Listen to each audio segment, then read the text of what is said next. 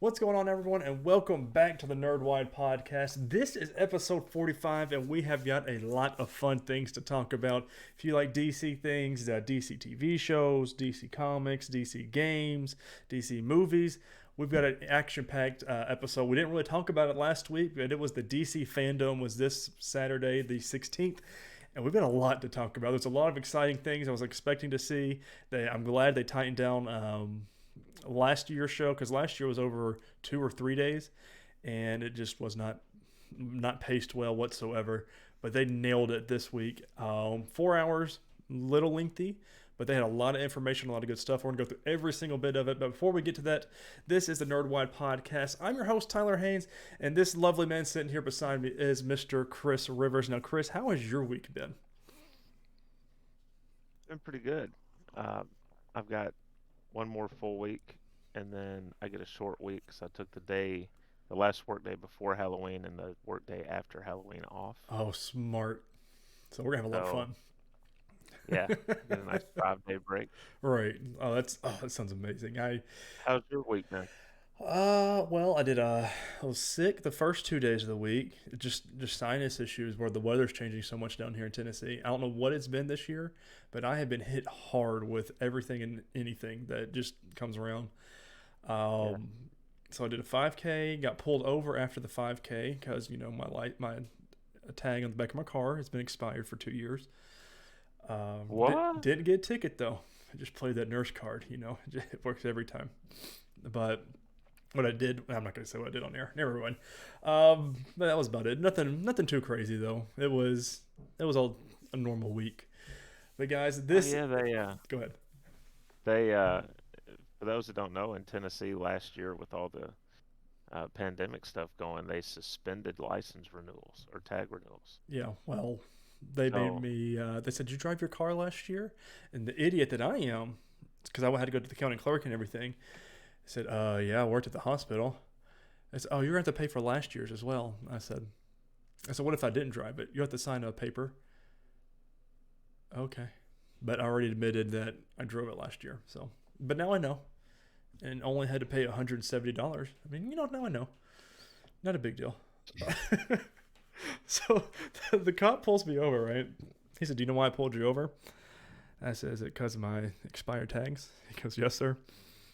So he comes back. He goes, "Do you have plans to get them?" I do. I actually was talking to my wife at the beginning of this week and said that I was thinking about taking Friday off early and going up there to get my tags and everything.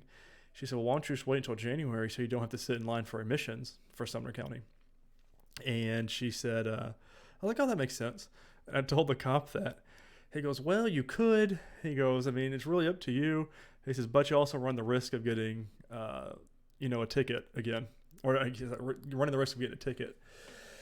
I said, "Yeah, that's a good point." So I just went, on Friday and did that. So, it is what it is. Yeah. But guys, this is the NerdWide podcast. If you enjoyed what you hear and see, make sure you subscribe to us on YouTube or subscribe to us on any of your podcasting services, whichever one you use. If you don't enjoy it, let us know what you don't enjoy and how we can improve the show. If you don't want me talking about my personal life, or if I'm just talking too much about getting pulled over, let me know down in the comments. If you enjoy that kind of stuff, I could talk for days. I got stories I could tell for days. If you want to go the extra mile, of course. If you want to go that extra mile, of course, go to patreon.com/nerdwide. A couple different tiers there. If you want to toss us a couple bucks that way, you can do that as well. A little bit different because we do want to talk about the DC Fandome. We're going to do it first, go through everything that was said, and then we'll do our TV reviews, then our news, then movie review and news, and then don't have any gaming news, but I do, well, a little bit of slight something, but and then just some... I'm talking about Back for Blood. But that is what this show is going to look like. So let's get right into this DC Fandome 2021. Like I said earlier, it was about 4 hours long. Of course, it ended with the grand finale of the new Batman trailer, which I have never been the biggest Batman fan or anything like that, especially with the movies. Which you can also go listen to our Hero Cravings, where we rank and list every Batman movie on our YouTube channel on NerdWide, youtube.nerdwide, whichever it is. But this trailer looks good, and we'll talk about it. But first, they started off this show with Black Adam. I was expecting this one to be a middle of the show, or if not close to the end, to kind of keep people hyped or whatever. So DC Fandome, I'm going off of DCComics.com on their blog for this one.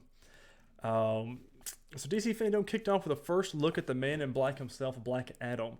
Dwayne Johnson took to DC's Hall of Heroes to discuss his role and share an electrifying sneak peek that showed off Black Adam's entrance into the movie. Black Adam hits theaters July 29th, 2022. I really enjoyed it. It wasn't really a trailer because they are in post-production right now, but it was really cool to see them because we saw the first scene where Black Adam was introduced and he brutally murders a guy, and it was great. And if that's what the movie's going to be about, I am all in. Next one here, Grant Gustin shows off the new Flash suit. Of course, this has been leaked recently for people, I guess, seeing him on the street up in Vancouver. They took pictures and it got leaked. I didn't see it until I actually saw this picture. But the Flash finally gets his golden boots. The pace of the announcement moved quickly in this year's DC's Fandome. Almost like our next hero of the CW's The Flash, Grant Gustin making an appearance to discuss playing a father on the most recent season to 2 kids. He also revealed that his Flash suit will be getting an update next season, adding something that has long been missing, the Flash's iconic gold boots. As Gustin put it, it's just always been the final element that I think has been missing from our suits. Really good. Look that up if you're a Flash fan. The suit looks much better with the golden boots on. Then it was Aquaman's turn. Aquaman in the Last Kingdom. The fans got to go behind the scenes where Jason Momoa gave us our first deep dive into Aquaman in the Lost Kingdom, due out December 16th, 2022. He shared an exclusive behind the scenes clip that features some compelling and surprising concept art. We're not sure what the giant grasshoppers and desert creatures are all about, but we're all for them. Director James Wan promised a globe-trotting adventure that isn't afraid to embrace its fantasy.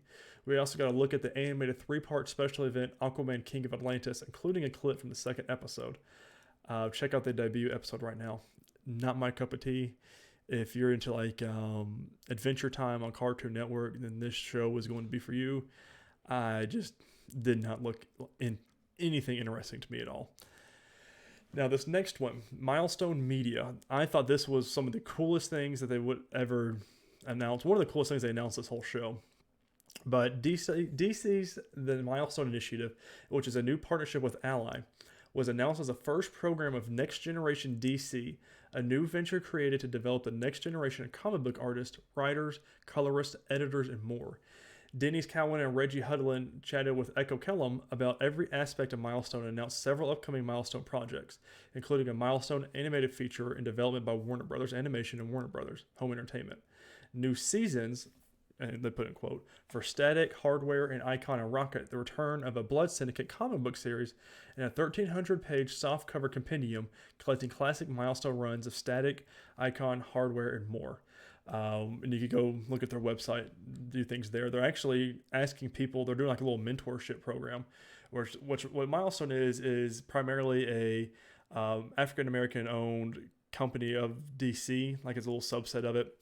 And what they do is they specialize in characters of color and things like that. So what they're doing is they're having all these people that say, if you're into these kind of things and you're serious, send us your work. We'll pick out a select few of you and we're going to mentor you.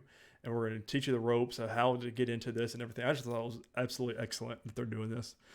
All the gamers out there, this is a good one that a lot of people are waiting to see.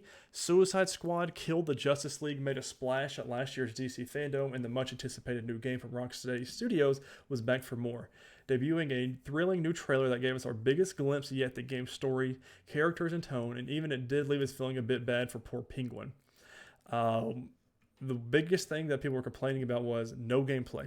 We had absolutely no gameplay, just another CGI trailer. Although very good, we saw Wonder Woman, we saw Green Lantern, we saw Flash, Superman some more, and some Penguin we saw. I mean, we saw a lot of characters. It's going to be a good game because it's Rocksteady, and I fully trust them. I mean, of course, they made all the Arkham games. And so everyone's just like, well, when's it going to get here? And when can we actually see gameplay of what this is going to be like? But it's been a year since they announced it, so got to kind of temper your expectations when it comes to this thing. Just a little bit, yeah. you know. Next thing here, We had the Peacemaker show off.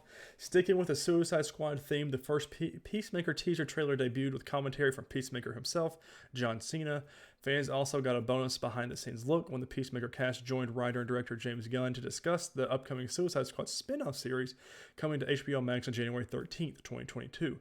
The series stars John Cena as Peacemaker, Danielle Brooks as Adebayo, Freddie Stroma as Vigilante, Jennifer Holland as Harcourt, Steve Agee as Economos, Chukwuka Iwuji, I'm probably butchered that name, as Myrn, and Robert Patrick as Augie Smith. However, according to all of them, it's Peacemaker's pet bald eagle, Eagly, that steals the show.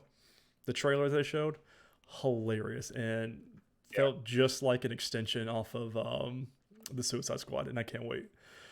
Yeah, it did. This next one looks fun. I might tune into a couple episodes of it. It's animated. This one is Superman and Beyond.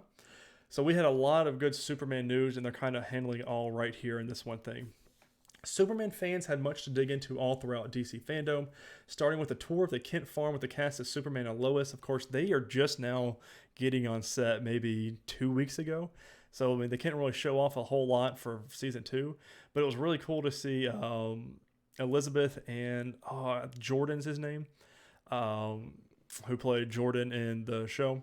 They toured the Kent house that we see in the TV show, and it was really cool because they kind of went through this. And the majority of the scenes happened in this kitchen, and they said actually in the drawers, each of the actors have their own drawer that they use. Like Elizabeth, she pulled hers out. It had hand sanitizer, some candy, had index cards for lines and stuff on it. And I thought that was awesome that they showed that off. Yeah. And then when we walk first into the house, there's that staircase that kind of wraps. So it goes up, but there's nothing up there. There's just a staircase. So like the upstairs is an actual different set, which I thought was funny. I like behind the scenes stuff like that. Yeah.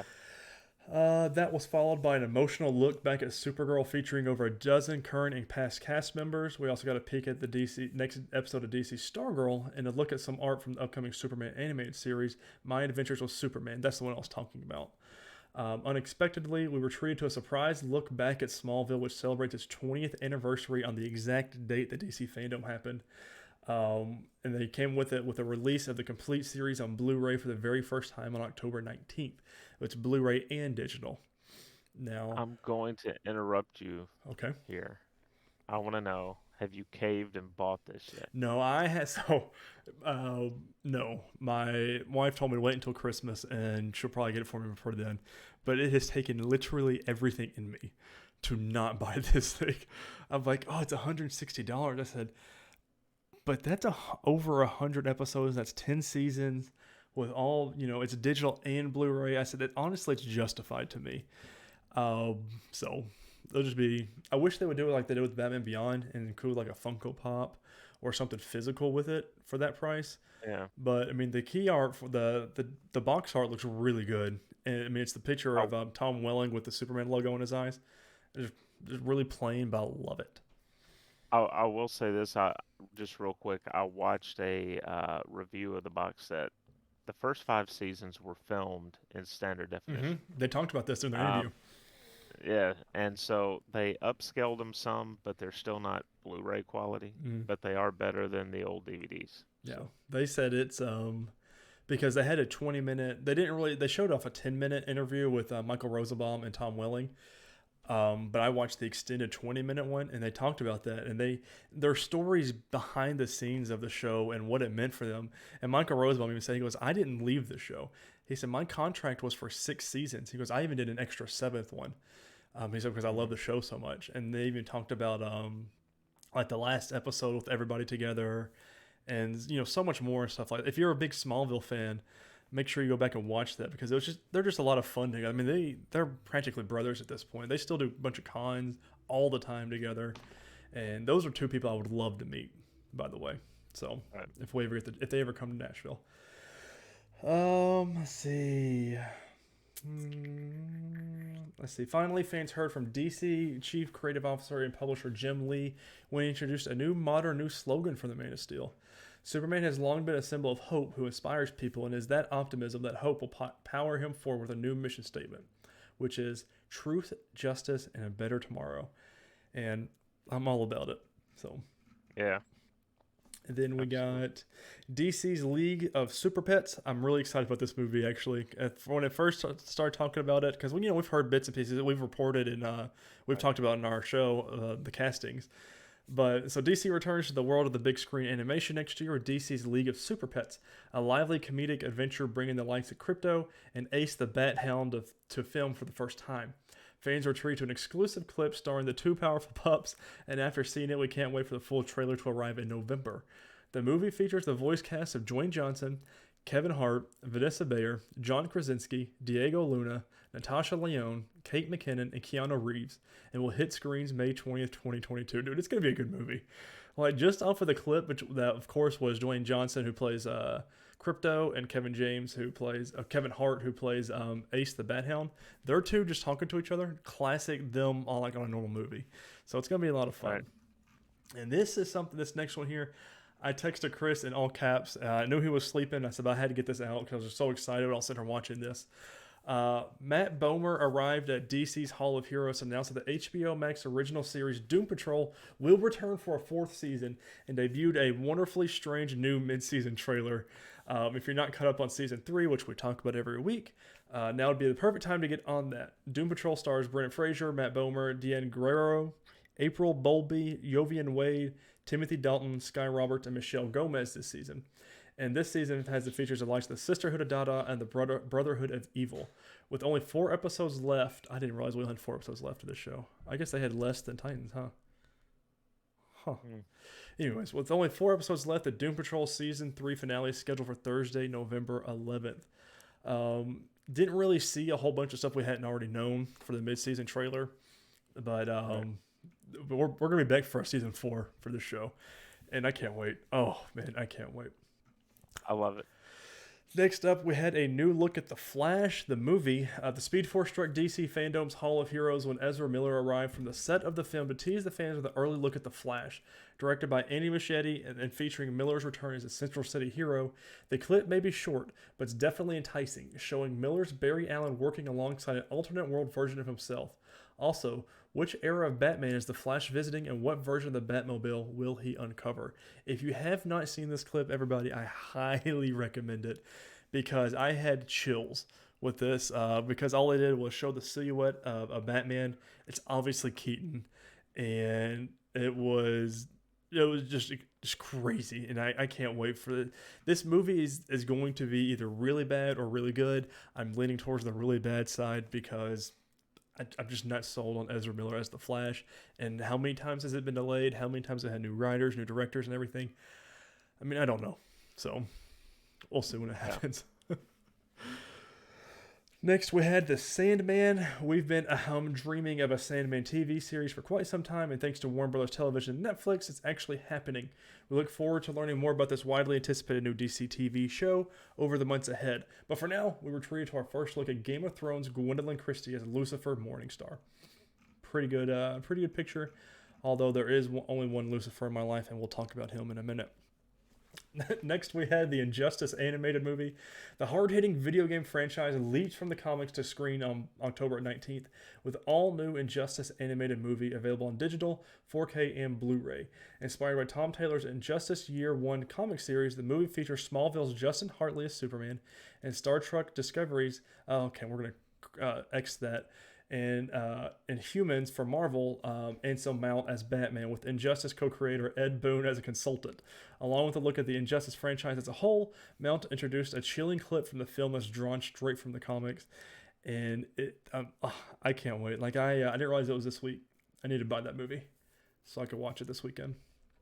Oh, I can't. And the fact that Ed Boon, the creator of Injustice, we knew he was going to be there. I was really hoping they were going to announce an Injustice 3 video game, but not yet, so we'll figure out. I mean, I'm sure it'll be coming soon. They had a whole interview with Justin Hartley and Ed Boon, with Jeff Keighley. So I was like, we're about to get an announcement, but it never happened. So just an interview, no big deal. Next up, we had Blue Beetle, really excited about. We were both pleasantly surprised and thoroughly excited to be given our first insight into the upcoming Blue Beetle movie from directors Angel Manuel Soto and Gareth Dunet Alcocer, and star Zolo Maranduena. I butchered his name. That's the kid from Cobra Kai. The all Latinx team promised a highly authentic vision of the Latin America superhero that's fun and humorous, which also rich with feelings. We also get our first look at the Blue Beetle suit in the film with a snazzy piece of concept art. I don't like concept art because I can't really vision it, you know what I mean? Like seeing an actual picture of these suits. So next we had DC's Monkey Prince. In the news flash segment, by the way, can we just take a sec to give some props to Flash's Candace Patton for killing it in these segments? It was announced that DC's Monkey Prince will return February 2022 in a 12-issue comic book series from the writer Jean Luen Yang and artist Bernard Chang. For fans that can't wait for February to read more about DC's Monkey Prince, a new Monkey Prince short story is now available on DCComics.com to read for free. And then the last one that I'm going to do, because I'm going to hand it over to Chris so I can take a break and take some water. Gotham Knights. Beware the Court of Owls that watches all the time. Gotham Knights made its debut at DC Fandome last year, but the 2022 game from Warner Brothers Games Montreal brought chills to the Hall of Heroes with a stunning new trailer featuring the game's big antagonist, the Court of Owls. In addition, we heard from Scott Snyder, Greg Capullo, Jim Lee, and WB Games Montreal's Anne LeMay and Patrick Redding about the unique challenge and thrill that comes with adapting the secretive Gotham organization and their soldiers, the Talons, to the world of console gaming. Now this, I was really excited for. I was hoping, like the other one, kind of hoping we got gameplay for. But we saw gameplay of this last year, so we didn't. Sorry about that. We had gameplay of this last year, so... And it was supposed to come out this year, but they delayed it until 2022 with no firm date yet. So I say take your time.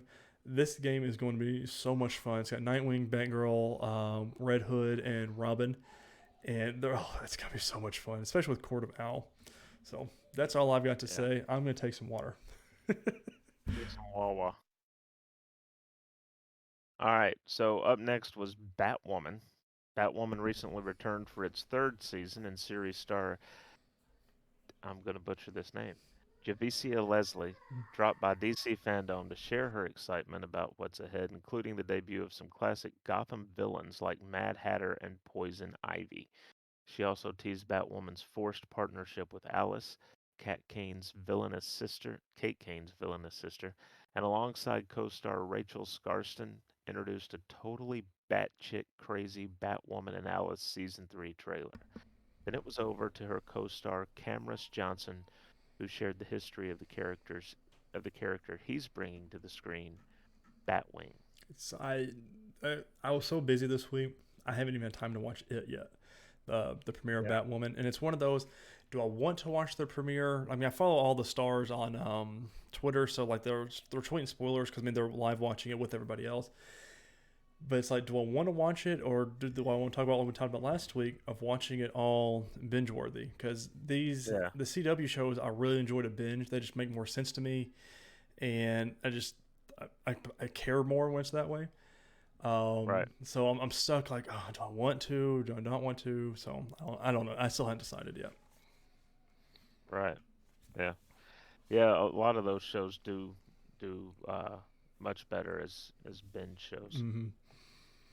Next up was Catwoman Hunted. No need to be a curious cat about next year's slate of DC animated movies.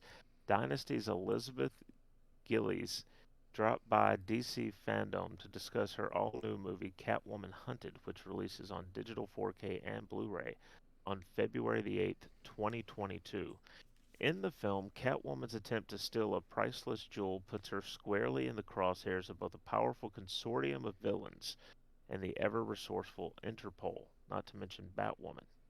Gillies shared the movie's stylish new trailer, which offers an anime-inspired look that's distinctly different from other recent DC animated movies. The animation on that does look... Mm-hmm. It is different, but it does look good. Definitely looks good. That was just the start of the animated amazement. Gillies went on to reveal 2022's full roster of animated movies, a total of 5 of them, plus a new collection of DC Showcase animated shorts. That collection arrives in the spring, anchored by an all-new short called Constantine, the House of Mystery, featuring Matt Ryan returning to the role of the magician. Also arriving in the spring is Teen Titans Go and DC Superhero Girls Mayhem in the Multiverse, which will unite the cast of the popular animated series for their first feature length adventure together.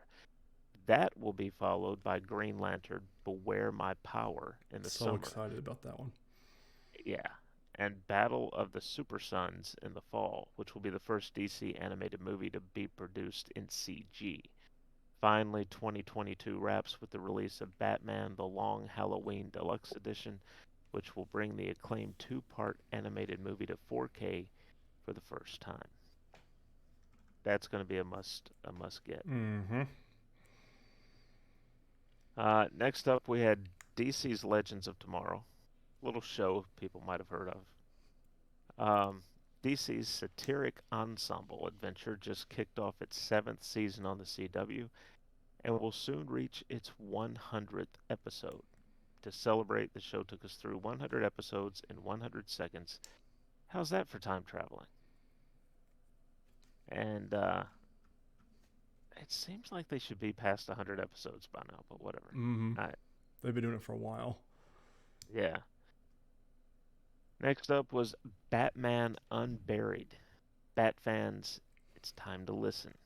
Batman Unburied is an original narrative podcast executive produced by David S. Goyer and coming next year to Spotify. Fans got to hear the final cast members to be announced straight from Barbara Gordon herself, Gina Rodriguez from Jane the Virgin. Gina joins the dramatic and psychologically thrilling take on Caped Crusader as the daughter of former police commissioner Jim Gordon and star detective for Gotham PD. Throughout the series, Barbara will grapple with her own ethics as she tries to keep within the lines of police work, yet is finding herself drawn to Batman's self-styled method of justice. Rounding out the cast will be Sam Witwer, the Mist, and Supergirl, as Gotham's blood-chilling cannibalistic serial killer, the Harvester. Amy Raver Lampman from the Umbrella Academy in Central Park as Kel, a sultry medical student helping Bruce while hiding a few secrets of her own.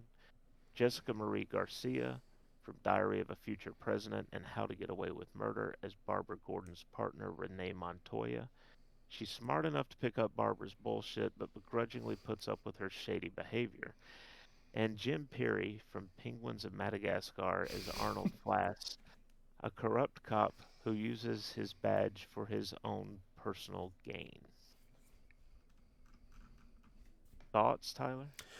I think it's interesting. I'm not really big into audiobooks like that, especially since all I've listened to is podcast.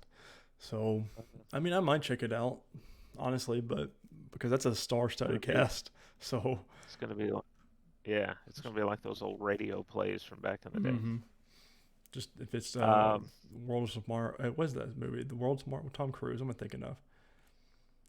War of the Worlds. World of Worlds. Just don't kill your kids because it's not really happening. Yeah, So yeah. that's bad. Yeah. Very. Next up, we had Batgirl. In the DC spotlight, Batgirl actress Leslie Grace, writer Christina Hodson, and directors Adil El-Arbi and Bilal Fallah spoke about bringing Barbara Gordon to life as the lead of her own live-action film for the first time. This was the first time we'd heard the creative team speak about the much-anticipated new DC film, and while it's still coming together, they did share some info that got us eager to hear more. Grace discussed how refreshing it was to read for a female superhero that has grit, but is very sincere and almost eager to prove herself. The directors, meanwhile, promised the fights in the film will be pretty realistic, and Grace has been training to ensure she can pull them off. Finally, it was confirmed Barbara Gordon will have a full cowl and red hair in the movie, and a new concept image of Batgirl's suit was shared.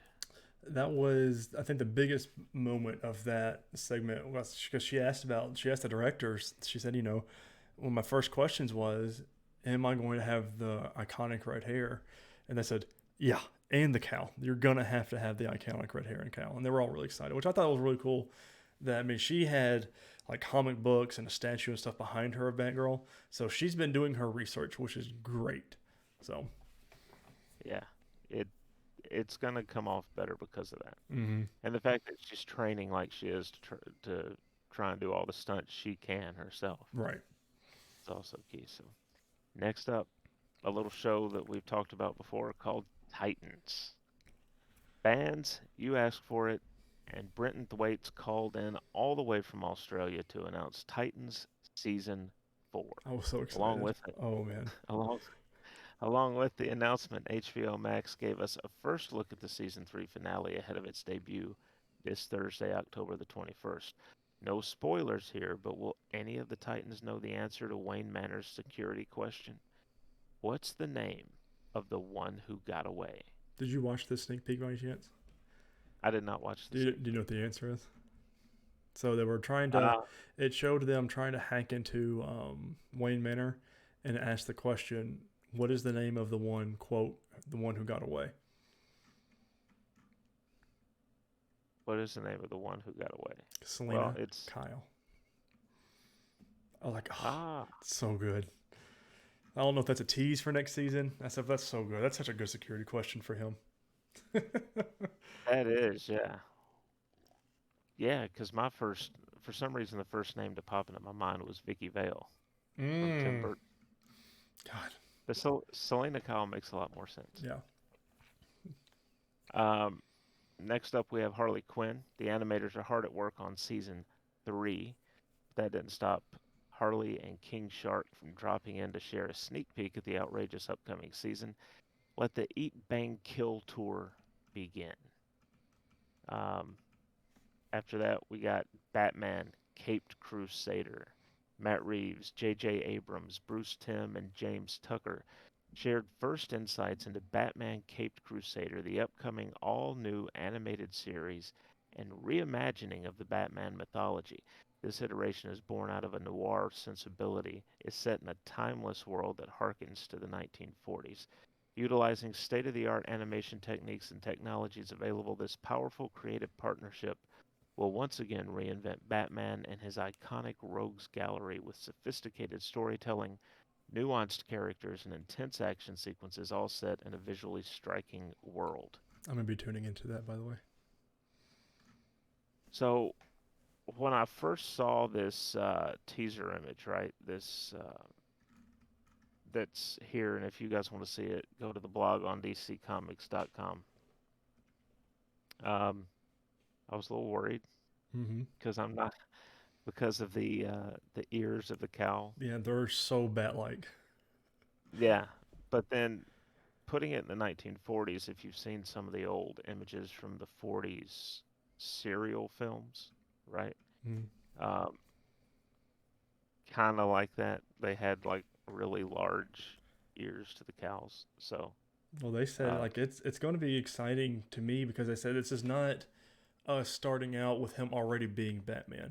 This is going to be him, the becoming origin. Batman, getting like the utility belt, the tools, and things like that. It's not just us starting off with him already being Batman, having everything. So it's a continue, like it's a beginning story, and I'm really excited just to see what they do, especially with Matt Reeves, who's doing the Batman now, and J.J. Abrams. It's going to be a lot of fun. Next up, announcements from DC Direct and McFarland Toys. Legendary comic artist Todd McFarlane shared new details about McFarlane Toys' recently announced partnership with DC Direct to create new DC collectibles. In 2022, McFarlane Toys will release a new statue, Joker Purple Craze, based on Greg Capullo's frightening faceless Joker from Batman Death in the Family, continue the incredibly popular Batman Black and White line, and release new statues based on the Batman in time for its theatrical release. Be some cool stuff. Mm-hmm. Next up was Young Justice Phantoms. Fans were served a double dose of justice when DC Fandome premiered the highly anticipated trailer for Young Justice Phantoms, along with the unexpected news that the first two action packed episodes of the season are now streaming on HBO Max. I need to catch up on that. Yeah, I haven't watched those. Next up, we've got DMZ. Executive producers Ava DuVernay and Roberto Patino dropped by DC Fandome to share details and insights into DMZ, the four-part HBO Max limited series adaptation of the acclaimed Vertigo series by Brian Wood and Riccardo Burchielli.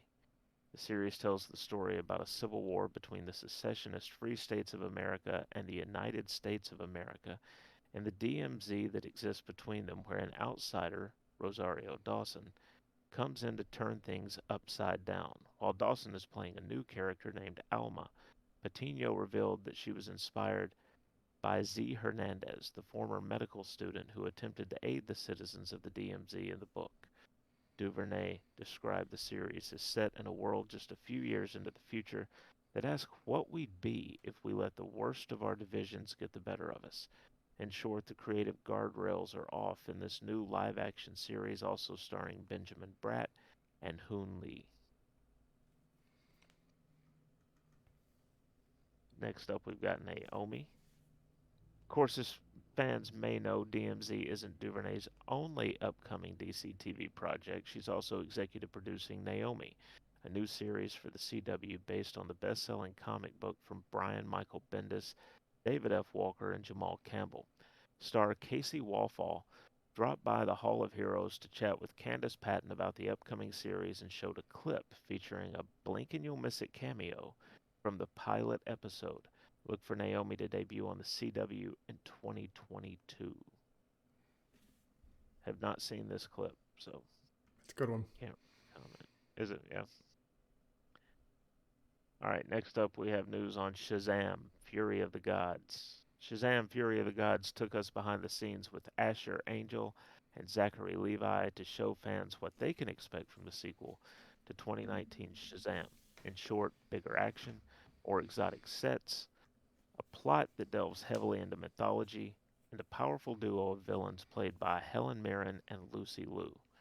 We can't wait for more Shazam, but we'll have to be a bit patient for this one. It doesn't come out until 2023, but hey, that just means we have more reveals and a full slate of trailers that we'll completely obsess over to look forward to. So, the biggest thing that I don't like about this DC Fandome is it shows a bunch of concept art and like behind the scene like pictures.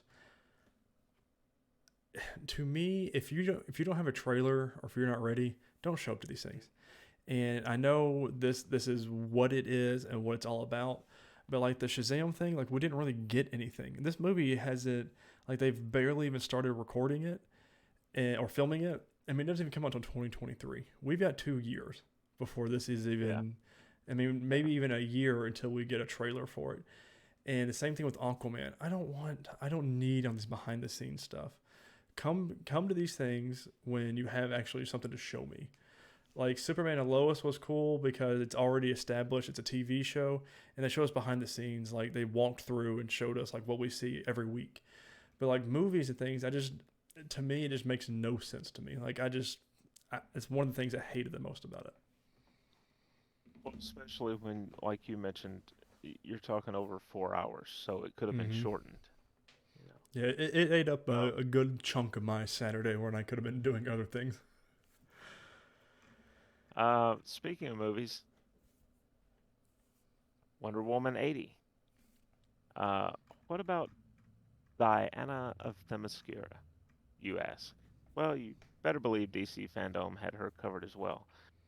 Wonder Woman marks her 80th anniversary in 2021, a year-long celebration that comes to a head on October the 21st with Wonder Woman Day, a full day of celebrating everything we love about our favorite Amazon.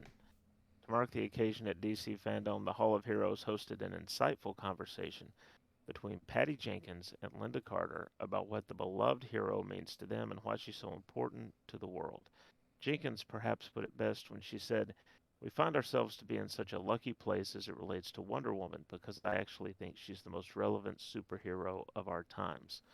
Along with the discussion, which also promised a third Wonder Woman movie, is on its way. Please be We were better than treated to a 1984. video.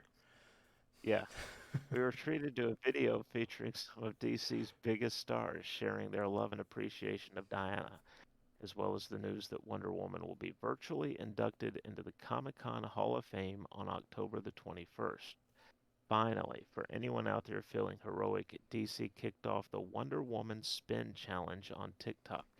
Post yourself spinning into action just like Carter did in the classic Wonder Woman television series using the hashtag Wonder Woman Spin Challenge. It might not give you superpowers, but it'll sure make you a social media hero. So, Tyler, when are you doing this challenge? I've debated on it. We'll see. You got you got the costume. Yeah, it's still hanging up. Um, they probably, considering the people with different minds, right? Mhm. They probably could have titled it something other than Spin Challenge, Yeah, because yeah. more Wonder Woman news. Trial of the Amazons.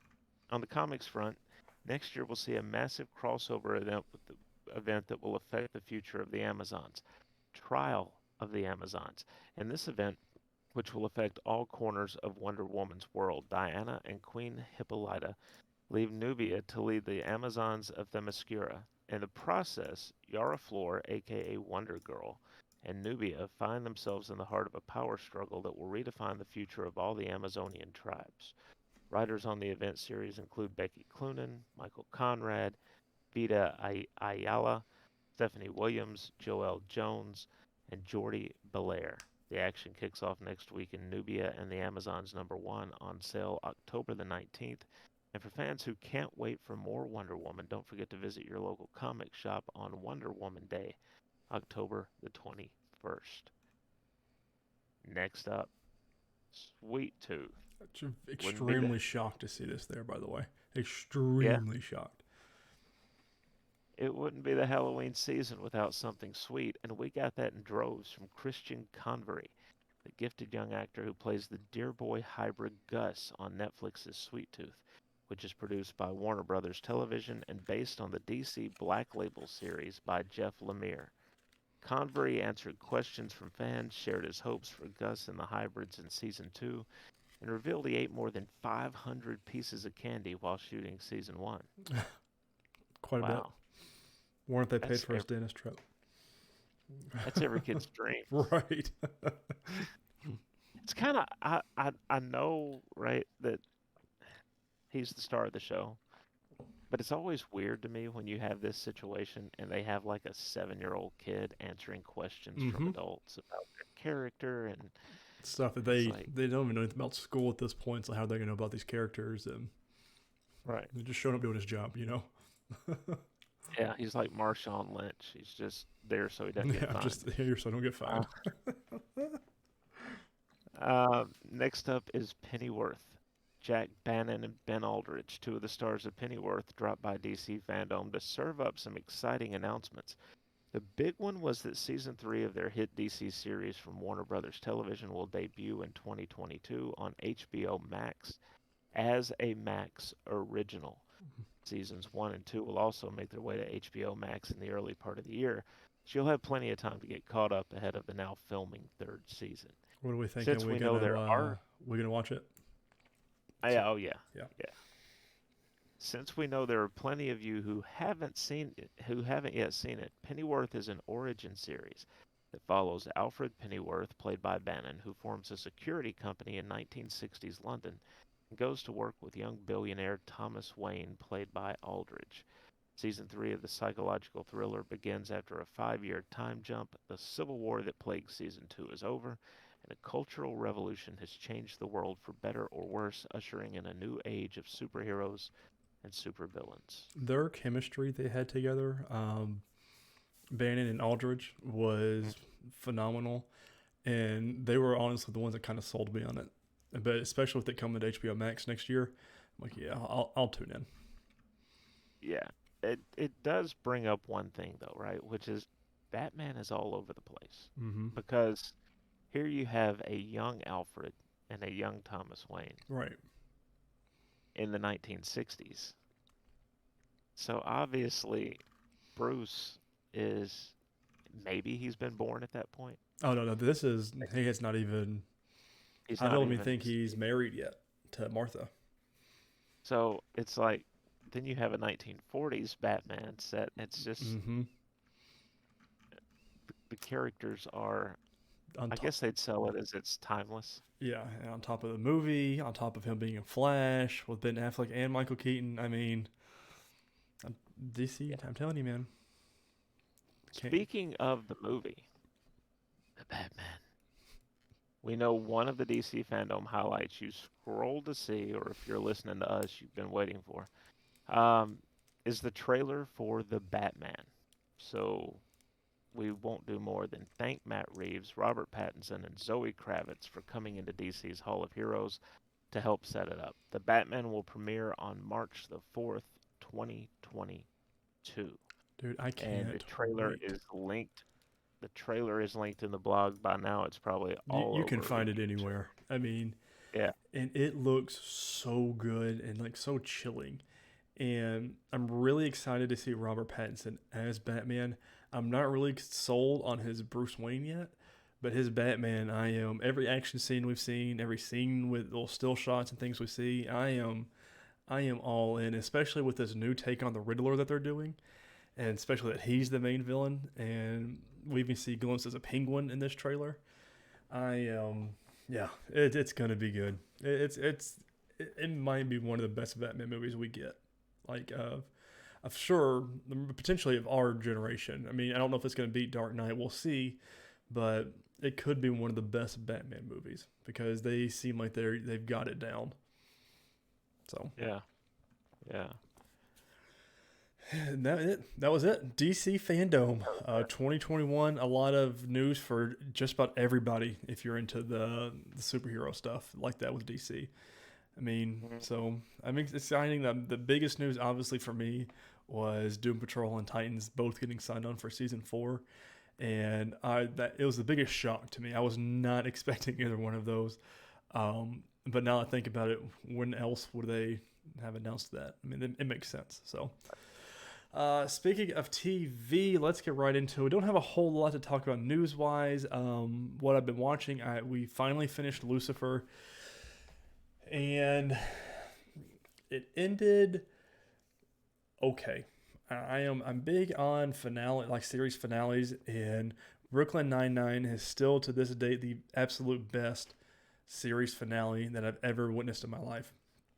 This one, if I had to rank it, maybe a C on our ranking. It was good, but some of the plot lines made absolutely no sense to me on how it kind of ended.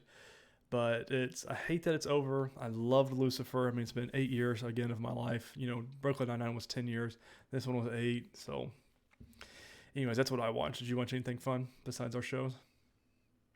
No, we mainly just watched our shows. And well, Chris, let's get right into that one. Let's do right into Titans Season 3, Episode 12, Prodigal Son, which is our penultimate episode for Season 3. This one was fun. Of course, we knew, they hinted at last week, and we put the spoilers tag up. They hinted at last week that they were going to use the Lazarus Pit on Nightwing because he died. Now, the shocking thing was we finally got Gar's newest transformation. Did not expect it to be a bat. No. Also, kind of weird that all the bats lifted Nightwing up and dropped him into the pit. I don't know what that was about. Maybe that was like a subconscious thing It with becomes the new Gar. Batman. You'll see. That's what I was thinking too, because there was a lot going on there. Who's been chosen? He has been chosen, and we still don't know where Batman is. Do we see him come back during the finale Right. after everything's done, or do we see him actually help? We had fun little scenes with Corey, Blackfire, and is it Connor? Why am I blanking? Yeah, Connor. We saw them talking. Connor sabotaged that ship, right? Okay, just double checking. That's what I was thinking as well, because he made that ship blow up.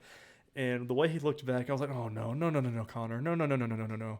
Just let your girlfriend be happy. I know it's the Lex Luthor part of his brain taking over, but Yep. that's what, they showed. I was like, oh, Blackfire is not the bad guy this season. Well, she's not the bad guy, right? We're not.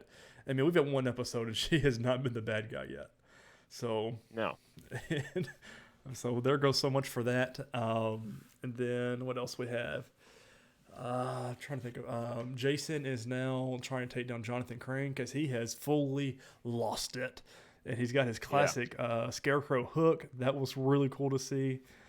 But I'm not ready for the show to end. We'll get next week is the finale. And we saw a little clip during the DC Fandome.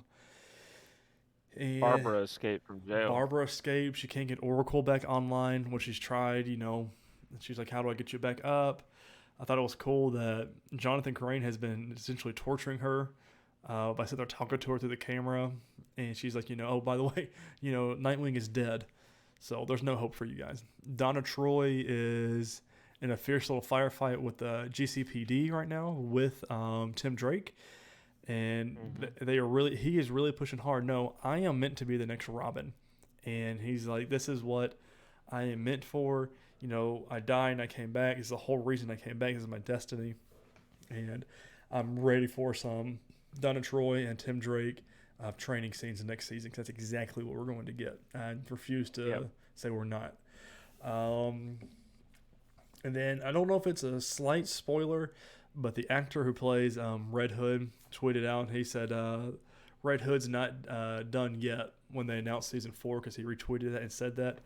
So I'm like, okay, so slight spoiler, he is in the next season, so he doesn't really die next episode, which, is always a possibility, but we already had one Titan die this season, so hopefully no more of that. I can't take it. But he's not really a Titan. Oh, no, he asked, that was in this episode, right? He said, he goes, it's time to come back. He goes, am I a Titan again? And Dick said, no, you'll never be a Titan again, which I'm like, duh, you killed one of your own. You're done, buddy. I mean, you can stay being the Red Hood, but you're done. So overall, that was I enjoyed it. Fun show. Oh, I can't wait. Oh, next week's it really so much was. fun. I liked a lot of the stuff with Tim's family. Mm-hmm. There's the right amount of pushback there, because they don't want anything to happen to him. And to them, it's crazy that he's thinking he's going to be a superhero. And I mean, that's what literally every parent would be like. You know what I mean? Uh-huh. I mean, you've got no super. That's how you've got no superpowers. You're Tim Drake. So I mean, you're not. I mean, even Donna Troy's doing the same thing. She's like, no, why? You've got no powers. You're not a Robin. I mean, just because she said, I think actually she said in this episode, just because you have a closet full of superhero theories doesn't mean you're a superhero. And I'm like, yeah, I mean, that makes sense. Yeah. So just because you got shot and killed in the afterlife, came back through it, and lived, doesn't mean you're a superhero. I mean, it sounds like an origin story to me, though. But who am I to say? Again, he didn't make the jump over that clearing of the bridge. Mm-hmm. She had to lasso him and pull him over. Yep. So it's going to say a lot about his version of Robin. That's all I'm saying. Moving right along, and we do have our new Doom Patrol tag right above my head here. Spoilers for Doom Patrol, Season 3, Episode 6, 1917 Patrol. Now, this show is really weird, Chris, but this episode got really weird. JV says, because she was watching both of these episodes with me, she said, this show is really weird, but I feel like this one is really, more weird than I've seen recently. And I was like, yeah, even for me, this one's weird. I feel like we got a lot of answers, but it's one of those, this show does really well, gives us a lot of answers in episode, but leaves us with more questions by the end of it. Right. Like Laura DeMille. I mean, is this the Laura DeMille of present? Is she the one from 1917? We see that they lose their memories by crying it out while they're going through time travel. Yeah. So I mean, it's just I don't. And they obviously know something happened to that Laura DeMille in the past, because the Sisterhood of Dada is not happy with her. We saw that last episode, and at the end of this episode, I mean, you tell they're not happy with her. Well, and this is always a weird thing when they shows and movies address time travel, right? Because now, a few episodes back, Laura is looking at Rita, right? And she's going, you look familiar. Mm-hmm. So, had Rita already gone back in time? Like, is that why Laura recognizes her because Time she makes loop that or trip back? yeah. But then at the same time, their memories get wiped. So Are we ever gonna get our Rita Far back? Like, is she? I hope I don't know so, how. I do too. because We went through all that character development, and I really hope it's not just over and done for her. they've been doing this weird thing with Rita and Larry, and I'm like, Larry's gay, Right. but it's like they're teasing them as a couple, Mm-hmm. and maybe it's more of as what would be the term? I guess it could be like soulmates in a way, because in his condition, he can't physically touch anybody. Right. So it wouldn't be built around necessarily a physical attraction, but more a mental and emotional attraction. Because I mean, everything they've gone through together. I mean, they were around the Right. same time together. They were building that mansion. Yeah. I mean, Larry at the end of this episode, I wish they would give us a full episode on Larry. Quit with this nonsense right at the end, so it leaves with the cliffhanger for next week. But is he dying? Is he throwing up? Is he giving birth? What is happening to Larry? I mean, we see the little. I'm assuming it's a small spirit, just moving around his body, and then he's in pain, and like he falls to the floor. What is going on? I have to know. And then we've got the whole Brendan Fraser, Robot Man, um, hanging out, and spinning people's shoes and stuff online, so he could play games with an e-girl, and all they're doing is just sitting there talking. I mean, it's what's going on there. I mean, this episode was weird. Nonetheless, the It little was really weird. the cultish Sisterhood of Dada dancing and all of them getting high I together, whatever was going on over there. I did like that Kay gets to make a trip to the surface. She Mm-hmm. learns to ride a bike. Um, Which she stole. Fair point. She stole that bike. well, look, she went up there with money to buy shoes. Mm-hmm. Maybe she left the money where the bike was. She never bought the. I I don't mean, think so. do we think that? Do we think Kay at this point has powers? I think she can do something. She just doesn't know what. Because my thinking thought process is when she went up, and every time we saw her on the surface, there was a different tint to the way that they filmed it. It was more yellowy, not really 100% bubbly, but it was yellowish, like the little hue to it, and everything kind of went her way. Like the guy that when she got stopped by the on the bike, the guy talking to her, he says, "Well, just be careful. There's cars out here, and you don't want to hit." And I'm just like, is she doing some sort of power where everything goes the way she wants it to? But we're setting up a storyline with Kay and Jane here that the other mindsets are going to go against them. Because I'm pretty sure I've mentioned it before, we're going down that line where if Kay is okay, she doesn't need these other personalities and they're all just going to die off. And I think that they're all trying to prevent that because they are very against her going up to the surface. So, I kind of wonder if Jane isn't adult Kay. mm, Like that's really her grown right, up, and and that's why they don't want young Kay going up to the surface because she and Jane can't go up together. right. You notice Jane stayed behind the whole time. Mm-hmm. She didn't go up with her, which is what you would think she would do. And when she gets up there, she looks like Jane. They didn't have the young actress playing the role that Right. played Kay. Well, and that's another thing they should have. I mean, if I'm Jane, I would have gone with to Cyborg, like, hey, I'm thinking about giving Kay, control. Can you go with her to buy shoes and kind of watch over her so she doesn't get in any trouble? Instead, let's Hmm. send the person you're trying to protect and do all this other stuff up to the surface by herself.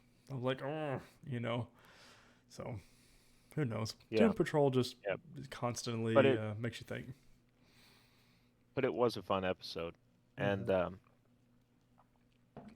I think ultimately, getting back to the Kay Powers thing, maybe she has all the powers that all the different Mm, personalities have.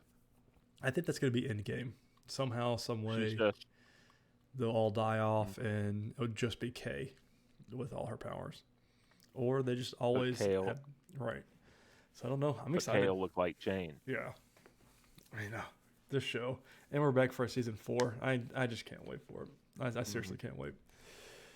All right, ladies and gentlemen, that was Doom Patrol. Let's get right into our news. Only 2 things here to talk about. The Ted Lasso team is making a new show. We're going to TVLine.com by Ryan Schwartz. Jason Segel, we'll see you now. The How I Met Your Mother vet is set to play an unhinged therapist in the new Apple TV Plus comedy Shrinking, which received a 10-episode order on Wednesday. He will co-write and executive produce alongside Ted Lasso duo Bill Lawrence and Brett Goldstein. The 10-episode series, quote, follows a grieving therapist played by Segal who starts to break the rules and tell his clients exactly what he thinks. According to the official logline, ignoring his training and ethics, he finds himself making huge, tumultuous changes to people's lives, including his own. I'm all in. I mean, Bill Lawrence has not made a show that I have seen that I haven't liked. Of course, starting off with Scrubs. And him, Brett Goldstein, and Jason Sudeikis, what they had with Ted Lasso was truly special.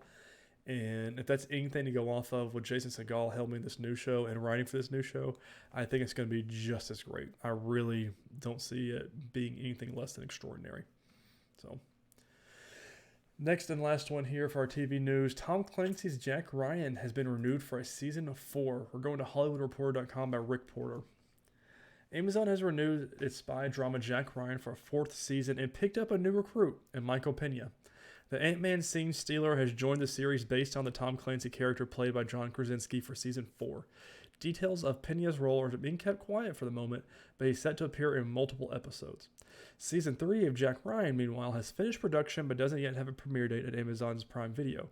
Its debut will come more than 2 years after season 2, which premiered on October 31st, 2019. That's another thing. I haven't talked about this show that much. I love John Krasinski as an actor. Where the hell is this show? Why has it been 2 years and we haven't even heard about a season 3 yet? So, I mean, I know they said it's done with, it's in film production or whatever, but we're already renewed for a season 4, adding Michael Pena. Where is season 3? Give me it. So, releases this week, Friday, October 22nd, season 2 of Lock and Key, which I cannot wait for. I'm going to do everything I can not to binge watch it all this weekend. So, we'll see. Well, let's see. I believe I can fly. That brings us to movies. And we had a slight change to the plan. Tyler was too scared to watch Halloween. That's what it was. It didn't have anything to do with a 4-hour DC Fandome that I sat through. He was worried. Jamie was too busy to sit with him, and the sun wasn't up long enough.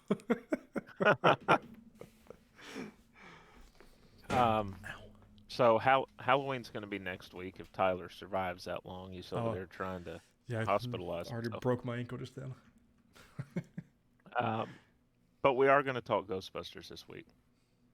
And this is a film that,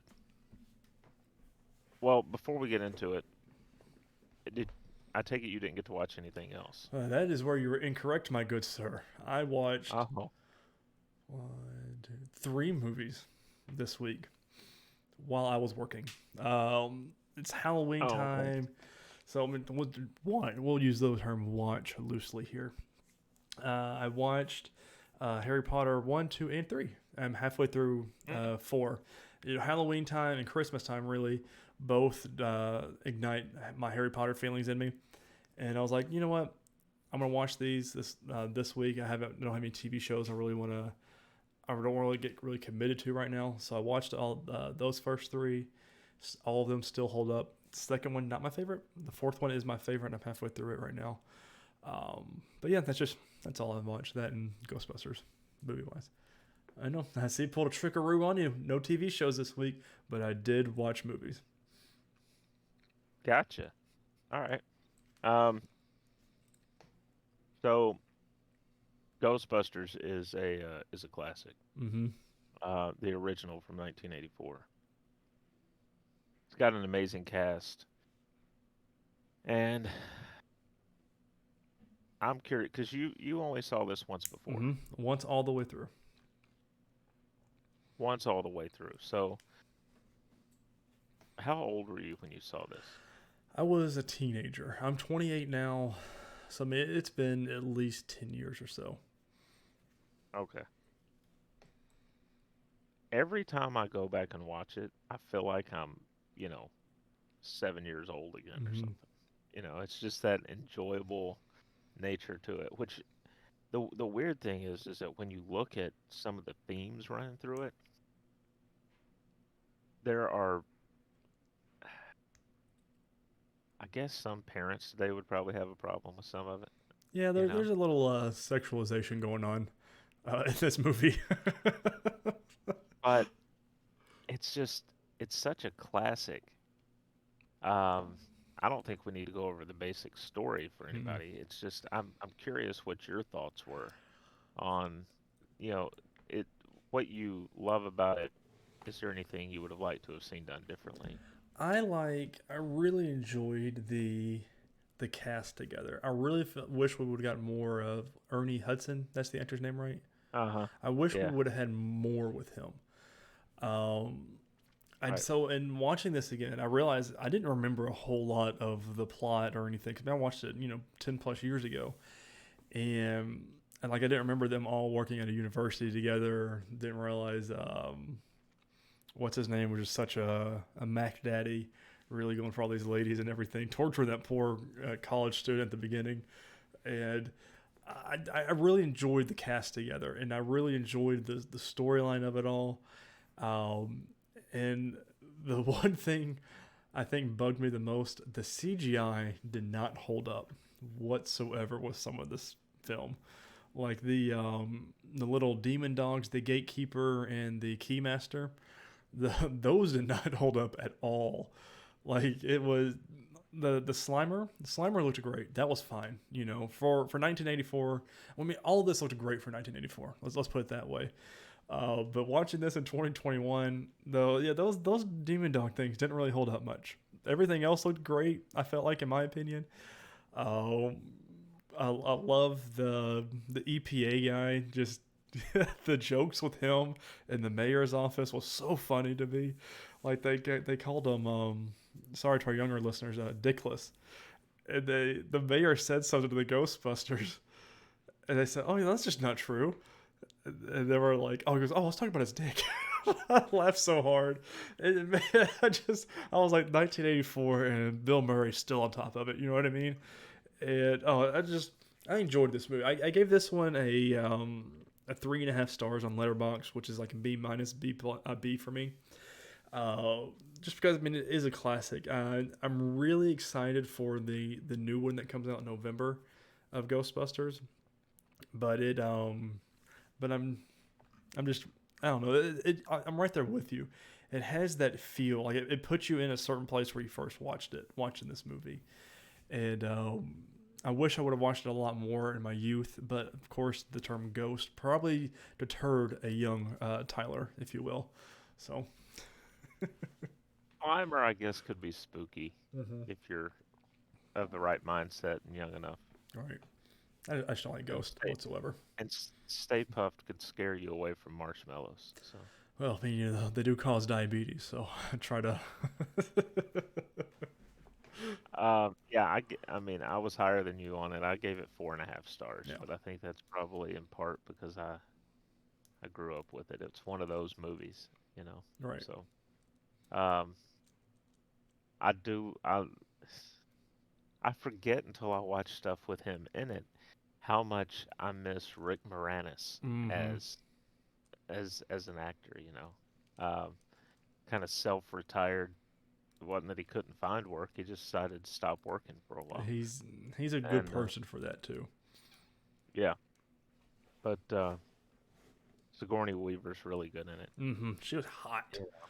Oh, Yeah. she was hot. Calm down, Tyler. But yes, she was. Um, so yeah, that's it's Ghostbusters. It's a classic. Um, Next week, Halloween Kills, Mhm. and I'm gonna say this much. I'll probably give it a rewatch. Really? Yeah, I'll probably give it.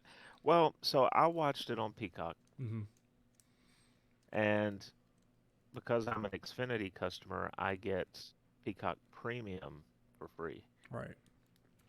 But Premium Plus, which reduces ads, you still have to pay for. Was there Now ads in you this? only have to, They have ads in the movie? well, so that's kind of the thing, right? Ugh.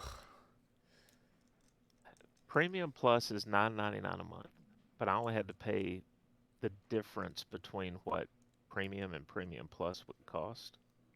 So it was like $5. Right. I didn't get ads, but what kept happening to me, now I watched it on a laptop, so I'm not sure if this will be the same for everybody else. What kept happening to me is every 10 minutes, I would get knocked out of full screen mode, it would pause, and then it would buffer for a second, and then put me right back Like into the right where movie, the ads would be. right where the ads would Uh, be. so So, annoying, man. not not not the greatest, but if that's how you're gonna watch it, I don't know if it'll do that on a TV or if it'll just kind of buffer for a second and then Move move on. on. I think we have Um, the basic package, so that means there's going to be ads during it. yeah. Okay. Sorry, man. That's all right. Now I know, though. All right. Yeah. Knowing's half the battle. Right. G.I. Joe. Um, and now movie news. Will Poulter has been cast, this is big news, as Adam Warlock for Guardians of the Galaxy 3. Um, and I wasn't immediately connecting who Will Poulter was. Mm-hmm. And then I spotted his picture and I was like, he looks like, I mean, if you give him longer hair, he looks like he's going to be a good Adam Warlock. He's Oh, got the look. they. I trust James Gunn on whatever he does. I truly do. Like I Right. questioned him with Suicide Squad. Came out that movie was, was good, and Mhm. of course Guardians of the Galaxy. So, and he handpicked this guy. So Yeah. But the story comes from Deadline from Justin Kroll. It says after teasing his appearance at the end of Guardians of the Galaxy Volume 2, Adam Warlock looks ready to join the Marvel Cinematic Universe in the next installment of the hit franchise. Sources tell Deadline Will Poulter has landed the role of Warlock in Marvel's anticipated sequel. James Gunn is returning to direct, with Marvel Studios president Kevin Feige producing. Um, Now, one thing I'm curious about with Adam Warlock is when he's first introduced in the comics, he's known only as him. mm-hmm. So I wonder if they'll introduce him as that and then slowly bring him up to being Adam Warlock, or if they'll actually introduce him. Because I think he starts as him, then he's known as, I think then he's known as Adam Mm-hmm. only, and then Adam Warlock. I'm So I'm curious how they'll do that.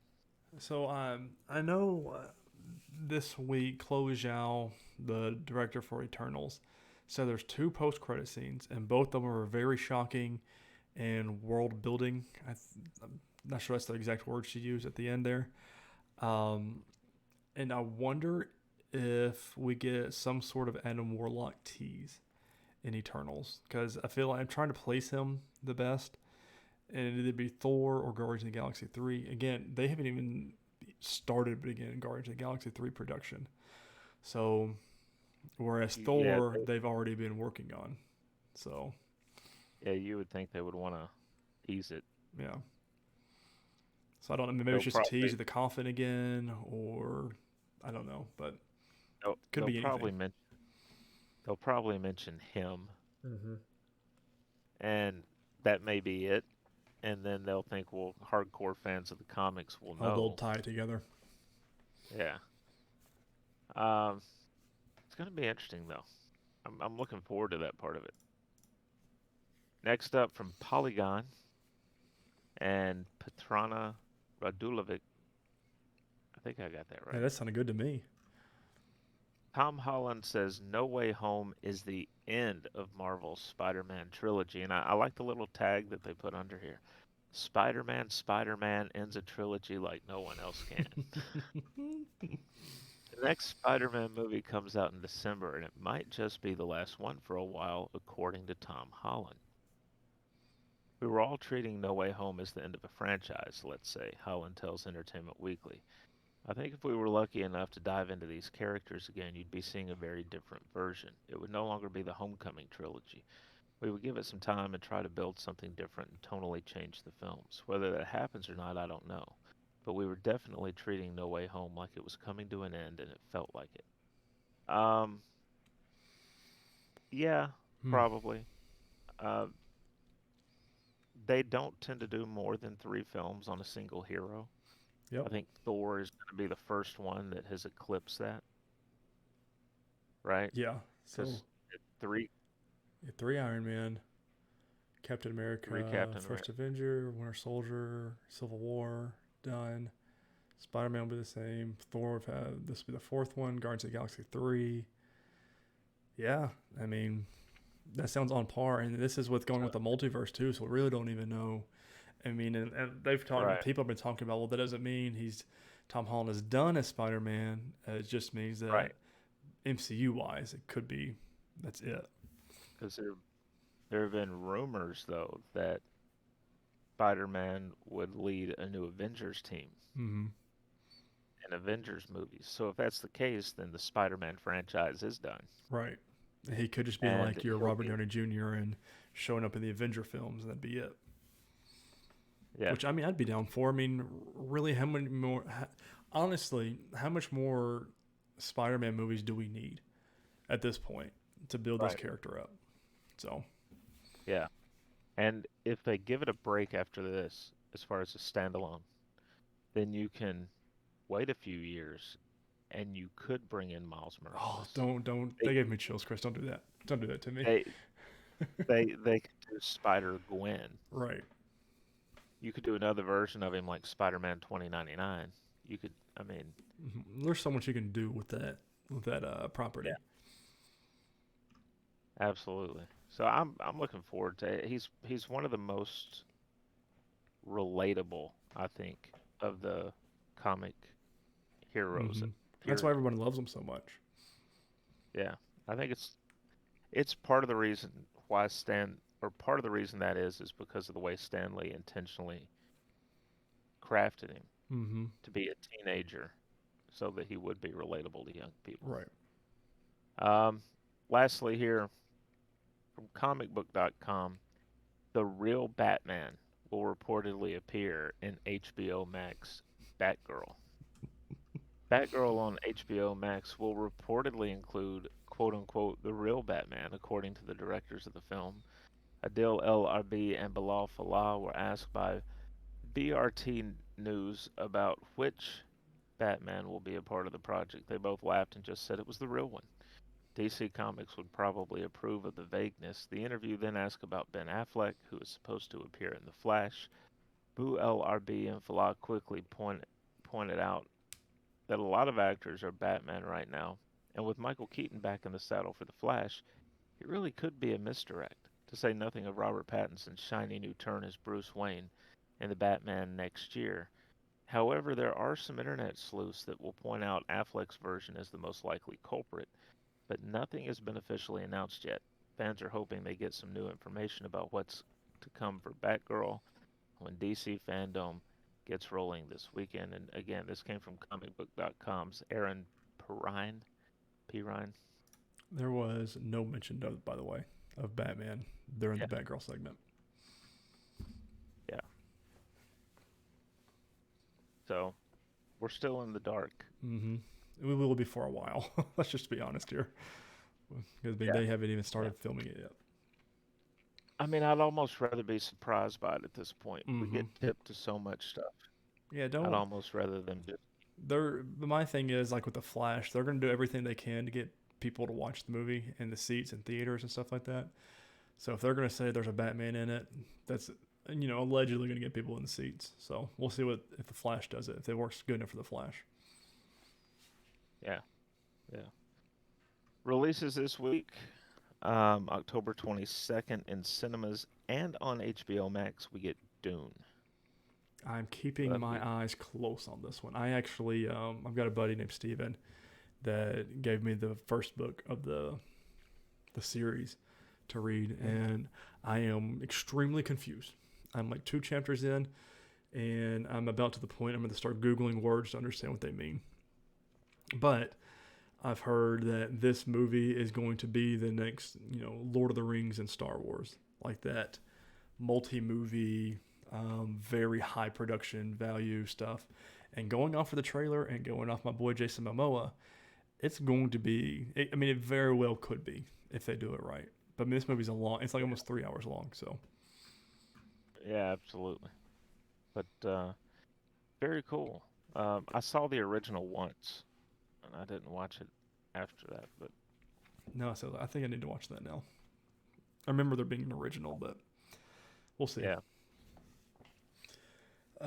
We got some video games next. Honestly, I don't really have anything news-wise to talk about other than the Xbox Series X mini fridge goes on sale October 19th.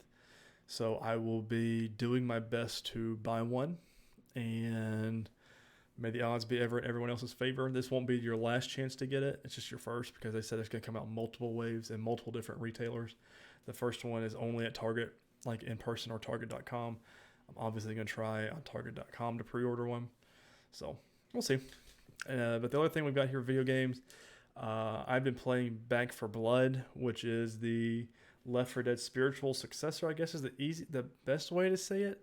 But it's made by the same people that made Left 4 Dead 1 and 2. And it feels very like that, which is great. I haven't really played with any of my friends, but it is fun. It is one of those games that it's more fun to play with people, but there is matchmaking. The matchmaking, I haven't really had any good experiences with it yet, but it's a good game. And then Destiny 2's Festival of the Lost started the same day as Back 4 Blood came out, of course. And it's great. I love it. It's Destiny. So what about you? cool. Anything fun? Anything new? My normal stuff. Yeah. MLB The Show's kind of, they're getting to the point in the year where they'll be winding down. So Yeah. I'll be freeing up some time to play some other stuff then. I wouldn't understand what it's like to have a winning baseball or college football team. We're not going to get there, though. Everybody, this has been the NerdWide podcast. It's been a super episode for you guys. I really hope you enjoy all of our insight, all of our shows and our movie, especially with all the DC Fandome stuff we talked about, because that was a lot of fun. I hope you enjoy it. Let us know what you are most excited about for the DC Fandome down in the comments below, or tweet at us. If you want to tweet at me, you can tweet at Ty_Haynes. If you want to tweet at Chris, that's at MavTN7. Or if you want to tweet the NerdWide account, is at Nerd_Wide. Let us know what you thought of DC Fandom. What were you most excited about? Did you watch the Batman trailer? Because that was something, and I can't wait to talk more about it. And I can't wait for March to see that movie. Never thought I'd say that about a Batman entity. I mean, with Gotham and now Titans and everything, here we are. But guys, that's been the NerdWide podcast. Thank you all so much for listening and watching. I really hope you enjoyed this episode. If you did, make sure you subscribe to us on whatever platform you're using, whether it's YouTube or any kind of podcasting service. If you didn't enjoy what you liked or saw, or heard or saw, make sure you let us know down in the comments what we can do to improve the show for you. Or because we can't fix the show if we don't know what's broken. But guys, thank you so much for watching and listening. We cannot wait to share with you next time. We're going to talk about Halloween kills and whatever nerdy news comes up next week. Thank you guys so much for watching.